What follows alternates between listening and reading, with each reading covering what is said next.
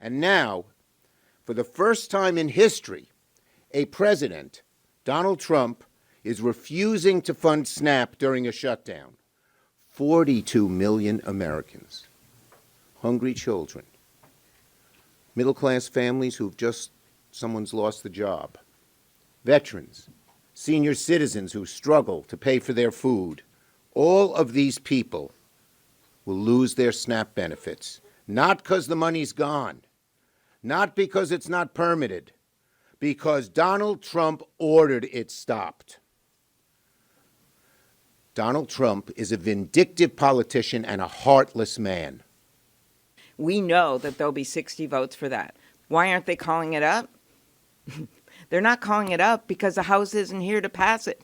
That's the way it works. The House would have to come here. They probably would have to vote on the Epstein files, but they're choosing to let kids go hungry instead of having to vote on the Epstein files. There's no doubt about it. They have been out for 6 weeks on vacation. Just think, if they have all this money for Argentina and all this money for other things, they have enough money to keep funding SNAP, and they know it. The Democrats are coming near now to a cliff that they will not be able to turn back from.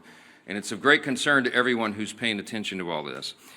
You will note that more air traffic controllers and TSA agents and park rangers are about to go without a paycheck. You've got families and children that rely upon SNAP benefits that are going to go hungry here at the end of the week. You've got more critical workers, by the way, including the people who are the stewards of our nuclear defense arsenal, who are forced to stay at home as the government remains closed.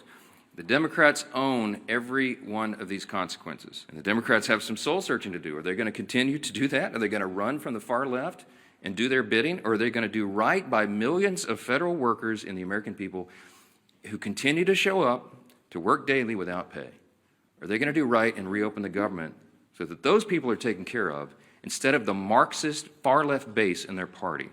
That is the question. And we pray that Senate Democrats come to their senses before the situation becomes too dire. On Saturday, this gets very real.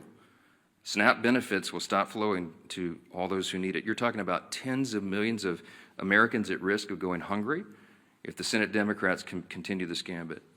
Instead of taking a simple vote to fund the government, which Senate Democrats have now had more than a dozen opportunities to do, Democrat attorneys general are suing the federal government to try to compel SNAP benefits to flow despite the government being closed and despite the fact that there is no money to do that. Congress hasn't authorized that. The contingency fund for that was something they batted down when the Democrats decided to vote against the CR and shut the government. For Democrats, there's a much easier option on the table. Just go do your job and fully fund all these programs. We have very important work to do here, and that's why we're pleading with them, not Chuck Schumer. Look, I think Chuck Schumer and Hakeem Jeffries are irredeemable at this point. I don't think they'll be able to tell Mondami in New York and his disciples that they voted to open the government. I've given up on the leadership. So we're trying to appeal to a handful of moderates or centrists who care more about the American people and will put the people's interests over their own and do the right thing in the Senate. I mean, there's no point in me sitting down with Chuck Schumer. He's painted himself into a corner.